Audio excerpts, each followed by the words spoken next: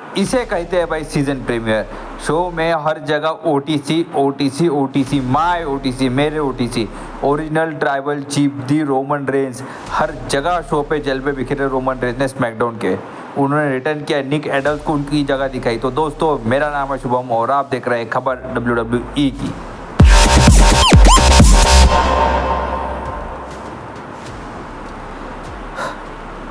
तो शो की शुरुआती ट्रिपल एच करते हैं। ट्रिपल एच रिंग में आके कहते हैं कि वो उनका हर बार का डायलॉग मुझे बहुत अच्छा लग रहा है, ऐसा वैसा। उन्होंने कहा कि मुझे ऐसा लगता है कि कल की बात है, मैं और रॉक स्मैकडाउन के पहले एपिसोड में रेसल कर रहे थे, मुझे यकीन नहीं होता कि इन सब चीज़ों को 25 साल हो गए। उन्होंने वहाँ के फैंस को भी शुक्रिया कहा और कहा कि आज के शो पे हमें दिखने वाला है कोडी रोड्स वर्सेस सोलो सिकोआ का एक स्टील केज मैच और दी चैंपियनशिप, और वो मैच की शुरुआत कराते हैं और हमें धीरे धीरे रिंग नीचे आते हुए दिखता है। हम कह सकते हैं स्टील केज नीचे आते हुए दिखता है रिंग की तरफ, और सबसे पहले सोलो सिकोआ की एंट्री होती है, उसके बाद कोडी रोड्स की एंट्री होती है। दोनों के बीच धमाकेदार मैच की शुरुआत होती है। दोनों ही सुपरस्टार ने एक दूसरे को स्टील केज के ऊपर पटक पटक के मारने के लिए कोई कमी नहीं छोड़ी। जिस तरह से पावर बॉम्ब लगा सोलो सिकोआ ने, बाप रे बाप, ये वही सोलो सिकोआ है जो कुछ दिनों पहले तक रोमन रेंस के पीछे खड़ा रहता था और आज इस तरह की रेसलिंग कर रहा है। ये देख के मुझे काफ़ी ज़्यादा अच्छा लगा कि जिस तरह से सोलो सिकोआ का कैरेक्टर डेवलपमेंट हुआ है, जिस तरह से कैरेक्टर डेवलपमेंट WWE ने उन्हें करने का मौका दिया, वो भी अच्छी बात है। और कोडी रोड्स ठहरे चैंपियन, वो कहाँ हारने वाले थे। ये अगर हम मैच के सीधा सीधा अगर हम एंडिंग की तरफ बढ़े तो सोलो सिकोआ ने कोडी रोड्स को हराने की कई दफ़ा कोशिश की, उन्होंने रिंग से बाहर जाने की कोशिश की, लेकिन कोडी रोड्स ने ऐसा होने नहीं दिया और कोडी रोड्स के खिलाफ भी ऐसे ही था। और मेन बात, उन्होंने टॉप रोप से सुपर फ्लेक्स भी लगाया कोडी रोड्स के ऊपर सोलो सिकोआ ने।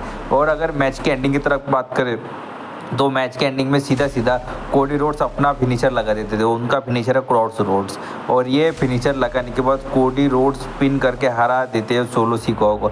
लेकिन मैच की असली कहानी तो मैच ख़त्म होने के बाद ही शुरू होती है। जब एक बार कोडी टाइटल डिफेंड कर लेते तो उनके ऊपर अटैक हो जाता है ब्लड लाइन की तरफ से। तीनों ब्लड लाइन के मेंबर यानी टामा टोंगा, टोंगला और जेकब फाटू आके अटैक कर देते हैं कोडी रोड्स के ऊपर, और सेव करने के लिए आते हैं रोमन रेंस। और रोमन रेंस को देख के चारों के चारों ब्लड लाइन के मेंबर के चेहरे पर से रंग उड़ जाता है, उनका चेहरा सफ़ेद पड़ जाता है। रोमन रेंस रिंग में एकदम स्टाइल से एंट्री मारते हैं और स्टील केज का दरवाज़ा बंद करते हैं, और फिर रोमन रेंस के सामने होते ब्लड लाइन के मेंबर और दोनों टोंगा भाई रोमन रेंस के ऊपर अटैक कर देते हैं। लेकिन रोमन रेंस तो ठहरे रोमन रेंस, वो पटक पटक के मारते हैं टोंगा ब्रदर्स को और दिखाते हैं कि असली ट्राइबल चीफ कौन है।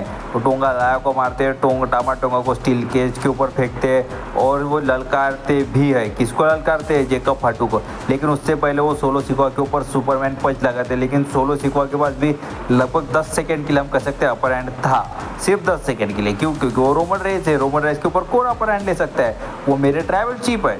और एक बार फिर जब रोमन रेंस का पलड़ा भारी होता तो वो ललकारते, किसे ललकारते? जेकब फाटू को। लेकिन जेकब फाटू को आने नहीं देते सोलो सिकोआ, और फिर हमें स्टेयर डाउन देखने को मिलता है रोमन रेंस और उनके बीच में। ठीक है, तो नेक्स्ट मैच हमें देखने को मिलता है पाइपर नेविन वर्सेस मी इम के बीच में। मिया इम के बीच में ये मैच पिछले हफ्ते की इसकी वजह से था क्योंकि पाइपर नेविन ने अटैक कर दिया था चेल्सी ग्रीन और मिया इम के मैच के बीच में, और ये मैच में सीधा सीधा मिया इम अपना फिनिशर लगा के ये मैच काफ़ी इजीली जीत जाते हैं। और मैच ख़त्म होने के बाद वो वापस अटैक होता है उनके ऊपर, और वो चेल्सी ग्रीन भी उनके ऊपर अटैक करती है और सीधा सीधा वो स्टैंड टॉल करते। चेल्सी ग्रीन अपना फिनिशर भी लगाती है अनप्रिटियर। ठीक है, तो ठीक है, मैच के बाद हम सीधे सीधे अगर बात करते हैं इसके बाद हमें क्या देखने को मिलता है। ये मैच के बाद हमें देखने के लिए मिलता है केविन ओवंस और उनका पार्टनर एक वो लोकल सुपरस्टार को लाते हैं, लेकिन उन्हें तभी खबर पता चलती है कि रेंडी ऑर्टन आ चुके हैं, रेंडी ऑर्टन के रिटर्न के लिए तैयार है, और वो उनके पार्टनर को स्टनर लगा देते हैं भाई। और फिर रेंडी ऑर्टन का म्यूजिक प्ले होता है और फिर हमें मेन मैच देखने को मिलता है Randy Orton and Kevin Owens versus Jason Lawler and Austin Theory के बीच में। ये मैच में सिर्फ रेंडी ऑर्टन और केविन ओवंस ने ही जलवा दिखाया, क्योंकि ऑस्टिन थेरी और ग्रेसन वॉलर के इतना कुछ वो कर नहीं पाया। और एक बार जब रेंडी ऑर्टन को टैग मिला, उन्होंने डिस्ट्रॉय कर दिया दोनों के दोनों सुपरस्टार को। एक तरफ केविन ओवंस थे, एक तरफ रेंडी ऑर्टन थे। क्या कर पाएंगे नए बच्चे बेचारे, एक तरफ बाप था और एक तरफ उसका भाई, यानी एक तरफ बाप था एक तरफ चाचा था, हम ऐसा कह सकते हैं। और दोनों ने पटक के कर दिया। किसको कर दिया? तो ऑस्टिन थेरी और ग्रेसन वॉलर को दोनों ने पटक के कर दिया। और अगर मैच की एंडिंग की तरफ सीधे सीधा पड़े तो डबल DDT लगाते केविन ओवंस और रेंडी ऑर्टन मिलके।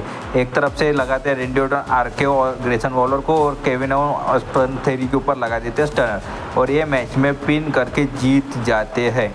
केविन ओवेंस एंड रेंडी ऑर्टन, ये दोनों सुपरस्टार, ठीक है। फिर हमें शो पे देखने को मिलता है नाया जैक्स का सेगमेंट। नाया जैक्स रिंग में आती है, कहती है अपन बैड ब्लड में किसको भी हरा सकती है, अपने को कोई भी चलता है, किसी से नहीं डरती अपन, और मैं अपनी चैंपियनशिप डिफेंड करना चाहती हूँ। और फिर हमें बेली का रिटर्न देखने के लिए मिलता है। बेली आती है और कहती है कि भाई नाया जैक्स, मैं तुझसे मेरा चैंपियनशिप के लिए रीमैच लेना चाहती हूँ और तू मुझे वो मैच अच्छे से दे दो। तो नाया जैक्स कहती है चल भाई ऐसे नहीं देती, जा। तो तभी हमें नेओमी भी आते हुए दिखती है। नेओमी कहती है मैं भी चैंपियनशिप सेगमेंट में आना चाहती हूँ और मैं भी मैच चाहती हूँ, तो एक काम करते हैं कि अपन ट्रिपल थ्रेट मैच कर लेते हैं। तो इसके ऊपर बेली कहती है कि हाँ ठीक है, मुझे भी चलेगा ट्रिपल थ्रेट मैच। लेकिन नाया जैक्स कहती है काम करते, उससे अच्छा आइडिया ये है कि तुम दोनों हम दोनों के खिलाफ, यानी नाया जैक्स और टिफनी स्टैटन के खिलाफ अगले हफ्ते एक मैच लड़ लो, अगर तुम जीते हो तो हम ये मैच ट्रिपल थ्रेट कर लेंगे। और इस तरह नाया जैक्स के ऊपर अटैक भी कर देती है नाओमी, ठीक। फिर हमें नेक्स्ट मैच देखने को मिलता है कार्मेलो हैज़ वर्सेस अंद्राडे के बीच में, और ये मैच होता है नंबर 1 कंटेंडर बनने के लिए यूनाइटेड स्टेट्स चैंपियनशिप के लिए। ये मैच 5वां मैच था इन दोनों सुपरस्टार के बीच में, पिछले महीने से हम ऐसा कर सकते हैं। और जिस तरह से ये मैच था दोनों के दोनों सुपरस्टार ने उससे भी ज़्यादा अच्छे डिलीवर किए। और अगर सीधे सीधे मैच के एंडिंग की तरफ बढ़े तो अंद्राडे अपना फिनिशर लगा देते हैं और ये मैच जीत कर नंबर 1 कंटेंडर बन जाते हैं। और मैच खत्म होने के बाद एलए नाइट आके कहती है कि भाई तू नंबर 1 कंटेंडर तो बन गया, लेकिन तू मुझसे मेरा टाइटल नहीं जीत पाएगा। और फिर शो का मेन इवेंट आता है, सबसे ज़बरदस्त चीज़, माय ट्राइबल चीफ ओटीसी। पहली बार रेसलमेनिया के बाद से वो स्मैकडाउन के एपिसोड पे एक प्रोमो कट करने वाले थे। वो रिंग में आए थे और निक एल्डर्स कुश्ती में भौंकते रहे थे, मुझे उनकी तरफ देखना भी नहीं था। और रोमन रेस ने अपने स्टाइल में उनसे मांगा कि भाई तू माइक दे दे मेरे हाथ में। तो निक एल्डर्स भी माजे में बना करते, वो पहले फाइल देते कॉन्ट्रैक्ट साइनिंग की। उसके बाद रोमन रेस कहते चल चुपचाप माइक दे, वापस वो अपना हाथ करते, फिर निक एल्डर्स माइक देते और वो कहते कि मुझे किससे कुछ लेना देना नहीं, मैं ओटीसी हूँ, मैं ओटीसी था, मैं ओटीसी रहूँगा, मैं द ओरिजिनल ट्राइबल चीफ था। और ये ब्लड लाइन का फैमिली मामला है, मैं इसमें कोडी रोड्स की मदद नहीं चाहता।